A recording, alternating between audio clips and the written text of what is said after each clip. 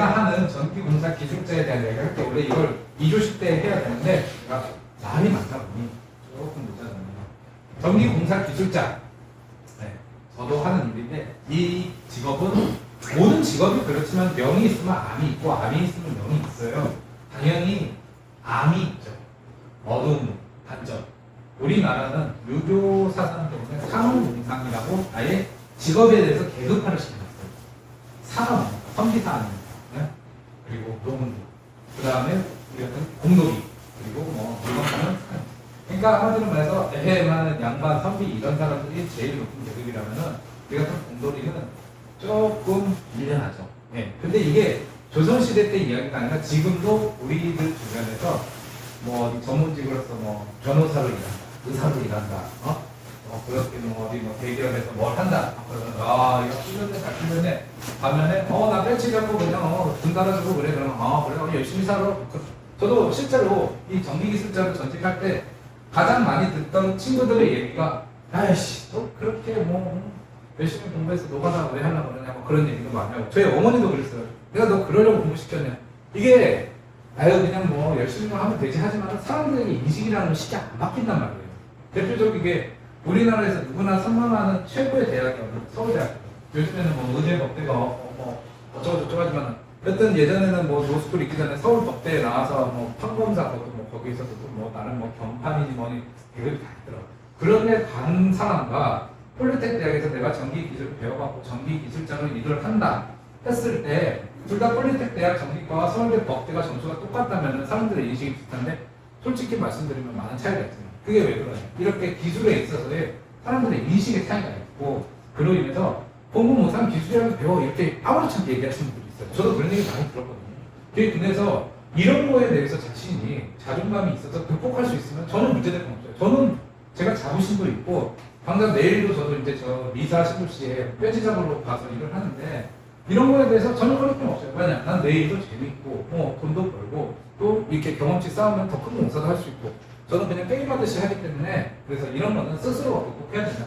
그리고 사람들은 생각보다 남의 일에 크게 관심이 없어요. 그래서 너무 막 내가 좀 이런 거 한다고 좀 어떻게 보지 않을까?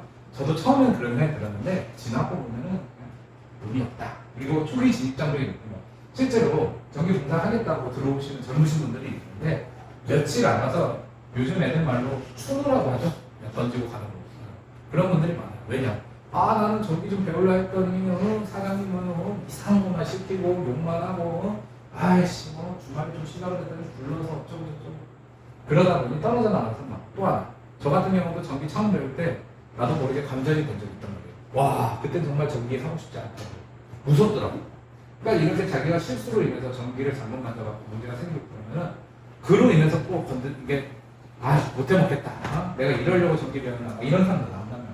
근데 그런 과정도 하나하나 이겨가면서 내가 전기 기술자로서 살아가야지.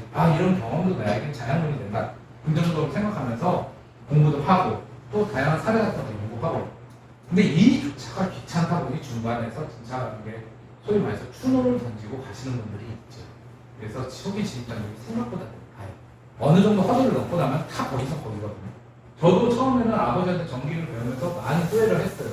그런데 돌이켜보면은 후회를 하더라도 이거 아니면 안 된다는 생각에 앞발이같이 발견되다 보니까 어느 순간에 넘고 나니까 뭐네 이런 거네 눈에 보이더라고요. 지금은 그래서 어렵지가 않더라고요. 할만하네. 피곤하더라도 할만하네. 그리고 마찬가지로 이 전기직은 정말 중위험에서 고위험 직군으로 실제로 보험사에서 그 어떤 직업을 평가할 때 좀 위험 직군으로 보고 있어요. 좀 위험하지 않은 직군은 뭐가 있냐? 사무직이죠. 사무직. 컴퓨터 앞에서 이렇게 앉아서 일을 하는 친구, 저위험 직군이라 해가지고 A등급을 주는데 이제 B에서 2등급이면은 위험도가 올라갈수록 그 알파벳이 들어가는데 2등급 같은 경우는 내가 보지 않은 그 전봇대 올라가시는 거예요. 이런 분들은 정말 위험한 직군으로 보죠. 그 외에도 뭐 이제 전기 설비 같은 걸 만들거나 이런 분들도 B등급. 왜냐하면 운전만 하나짜는 내근직이더라도 그 안에서 이렇게 공부를 다루고 이러기 때문에 아무래도 공부를 안 다루는 사람보다는 약간이라도 더 위험하다. 그리고 보험사는 원래 좀 그렇게 보는 게 있어요. 그리고 3D 직업들 여러분도 아시다시피 어렵고 위험하고 더러운 일. 이거는 어쩔 수가 없어요. 저도 아침에 깨끗하게 와이프가 다려주는 옷을 입고 가서 현장 갔다 오면은 머리는 먼지가 먼지 묻어서 떡이 돼 있고 먼지가 곳곳에 막 묻어 있어갖고 와이프는 현관에서 옷을 털고 들어. 굉장히 이제 현장에서 일하다 보면 옷도 덜어지고 싶고 그리고 우리는 기본적으로 사다리 작업을 해야 돼. 이렇게 등 같은 거 누가 달아놨겠어요? 전기공사 하시는 분들이 달았겠죠. 왼손으로 달 수 있어요? 사다리 타고 올라가죠. 사다리도 위험하면 살아있는 전기를 만져야 되는 거예요.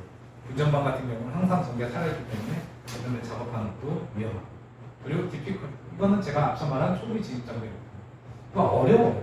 일을 처음 배울 때는 저도 굉장히 오래 걸렸어요. 아버지가 뭐 시키면 눈으로 뼈뼈뼈 들어가면서 너무나는 뭔 소리요 막 그랬는데 그걸 견디지 못하고 수로를 던지고 가게 되면 기술자가 될 수 있어요.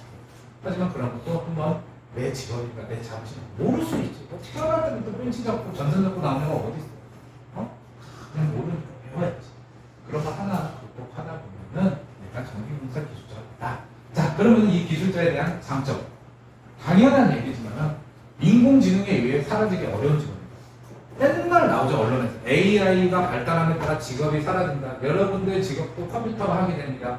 하다못해 요즘에는 판사도 뭐 AI가 해야지 뭐 판사가 뭐 어떻게 재판을 지 감독을 해서 이런 얘기 나오죠. 전기공사 기술자는 제가 다는 건데 AI가 대체할 수 없습니다.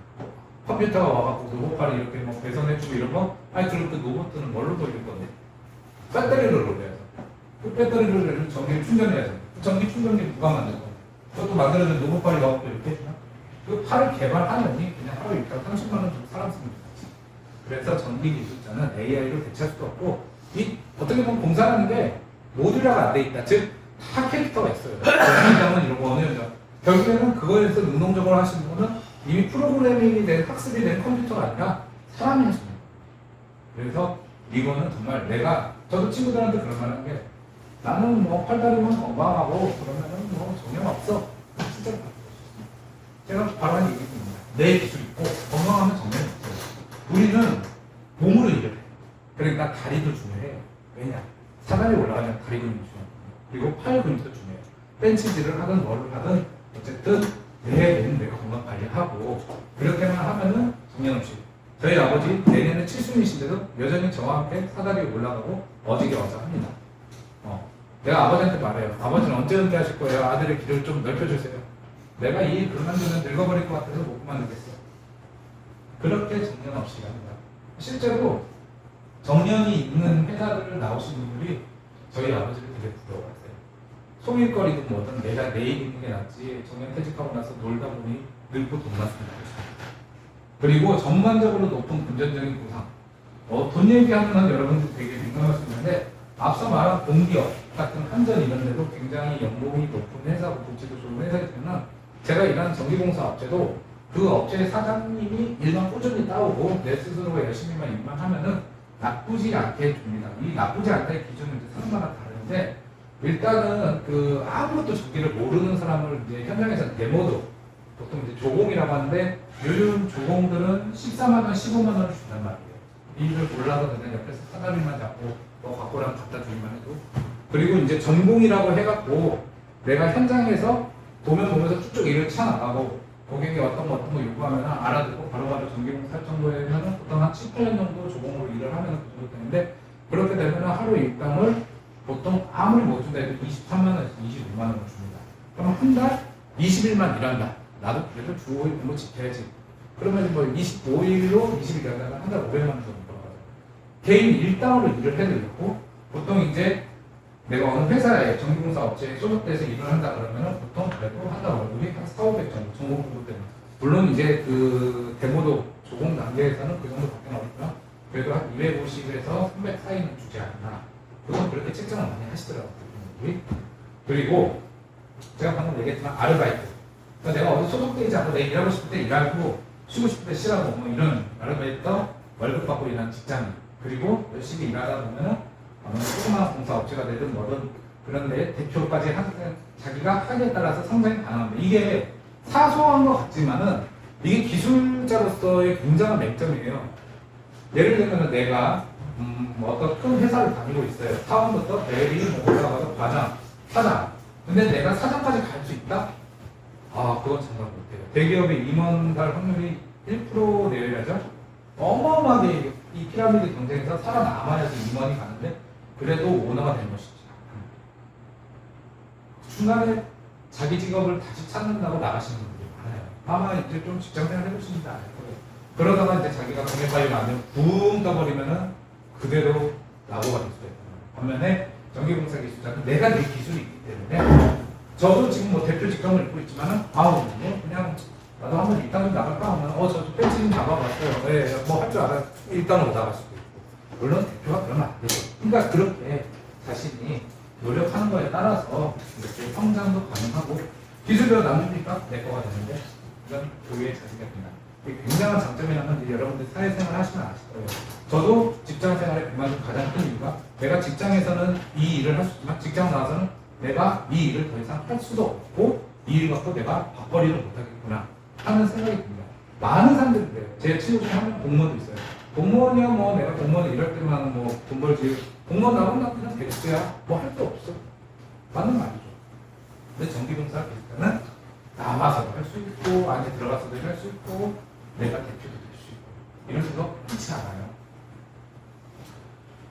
근데 이제 방금 전에 얘기한 장단점에 대해서 몇 년 전에 이제 전기신문사에서 청년층 고연봉 전기공사 직업 꺼리는 이유에서 르꼬식으로 기술을 썼다고 블라블라블라블라. 그런데 여기 핵심적인 거 여기서 이거는 이제 이런 얘기가 나요. 7, 8년 차 현장 소장직을 맡기로 하는데 소장 정도 위치가 되면 1억 원 이상의 연봉을 받을 수 있다. 받는다가 아니에요. 받을 수 있다. 어쨌든 간에 자신이 소장 정도 되면은 일도 잘하지만 일에 대한 기획, 설계, 감리 이 모든 것도 다 할 정도의 실력이 되면은 그래도 적지 않게 돈을 준다.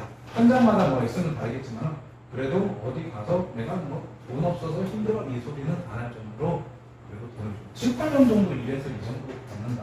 쉽지 않죠. 그리고 업계 평균치 역시 다른 일을 하는 또래보다 결코 적지 않는다. 이것도 사실입니다. 제가 말씀드렸다시피 조공으로 일을 해도 하루 15만 원이면 20일 일한다. 그러면 300만 원이에요. 근데 사회초년생들이 아예 대기업 같은 데 가지 않고 일반 중소기업 시작해서 300만 원 받는다. 똑같이 300을 받기도 쉽지도 않지만 올라가는 속도가 아마 우리 기술자들이 더 빠를 거예요. 아마 중소기업 같은 경우 요즘 제가 잘 모르겠지만 저가 취업할 때 한 10년, 15년 전만 해도 한 250만 넘어도 괜찮게 준다 그런 얘기 많이 했었거든요. 지금 최저임금이 많이 올라가지고 더 줄지는 모르겠지만 하지만은 그 초봉에서 올라가다 해도 드라마틱하게 올라가는 문제는 잘 없어요. 하지만 공사 기술자들은 일을 하다 보면 내 경험치가 쌓이게 되면 할 수 있는 게 많아지고 스스로 치고 나가게 되면 하루 일당이 10,000원, 20,000원씩 오르게 되고 그게 뭐 한 달에 쌓이면 벌써 얼마 차이입니까? 20만 원, 40만 원, 1년은 1,000만 원 이렇게 쭉쭉 올라가게 되죠. 그런데도 현장에서는 여전히 인력난 이게 뭐냐? 우리 같은 공사업체는 항상 좀 일 잘하는 사람들이 있으면 좋겠는데 저도 마찬가지로 공사가 큰 게 들어오면은 사람을 써야 되는데 이때마다 잘하시는 분들은 항상 현장에 매달려서 바쁘고 조금 불안하신 분들은 언제든지 전화를 드려요. 그러니까 이게 좀 애매한 게 있어요. 인력난에 시달리고 있어서 내가 내 기술만 갖고 있으면은 일자리 찾는 건 그만큼 어렵지 않아요. 그리고 또 이건 사회적 이슈입니다. 냉정하게 말해 젊은 세대에게는 전기공사에 소위 말하는 노가다 업종입니다. 저희 부정 안 해요. 저도 친구들한테 그런 말이에요. 그냥 노가다지 뭐. 근데 그 말 밀면은 그래도 나는 든든하다 이거예요. 왜냐? 이 기술 갖고 있으니까 니들 못해 나는 일할 수 있다. 약간 저는 그렇게 생각하거든요. 근데 이렇게 된 이유 중에 하나가 전기공사 업체들은 대체로 규모가 작은데 현장이 주요해. 마찬가지. 우리가 흔히 회사 딱 생각하면은 다 이렇게 현관 로비에 들어가면 탕비실에 맛있는 뭐 음식 과자나 뭐 음료수 꽂아져 있고 쾌적한 컴퓨터에 듀얼 모니터 딱 두고 편하게 앉아서 일하고 그런 회사들이 있겠지만은 저는 현장에 출근하는 경우가 많아요. 공사가 크면은 그냥 집에서부터 바로 그 현장 나가면은 먼지 펄펄 날리고 저는 널브러져 있는데 사들 끄고 바로 어제 끝난 데서 작업 시작하고 이런 걸 보다 보면은 젊은 친구들에서는 짜증이 날 수가 있는 거죠. 나는 왜 이런 데서 일하냐. 더군다나 전기 공사 일이라는 게 전기가 없는 곳에 전기를 들어오게 하는 공사다 보니까 현대 문명이라고 할 수 있는 냉난방기 활용을 못하는 사태가 생겨요. 대표적인데 여름철에 더워 죽겠네. 에어컨이나 돌렸습니다. 에어컨은 뭡니까? 선풍기도 못 돌고 왜냐? 전기가 없습니다. 겨울에 추워 죽겠어요. 좀 히터 좀 샀으면 좋겠어. 히터가 어디 있습니까? 그냥 저기 그 식용유통 같이 생긴 고체연료에다가 그냥 라이터에 불 붙여갖고 거기서 쭉 만져갖고 좀 온도 놀고 나서 좀 하자. 전선을 놀고 나서 네, 그것만 다행히 먼지가 나고 빼지는 거죠. 근데 현실이 그렇다는 거예요. 그럼에도 불구하고 나는 이 직업이 재밌다 이겁니다. 왜냐? 나중에 공사 다 끝나고 나서 이것저것 설치하고 중간에 하고 나서 전기 투입했을 때 이렇게 불 하나 들어오고 콘센트 꽂았을 때 전기 돌아가는 거 보면 그렇게 뿌듯할 수가 없어요.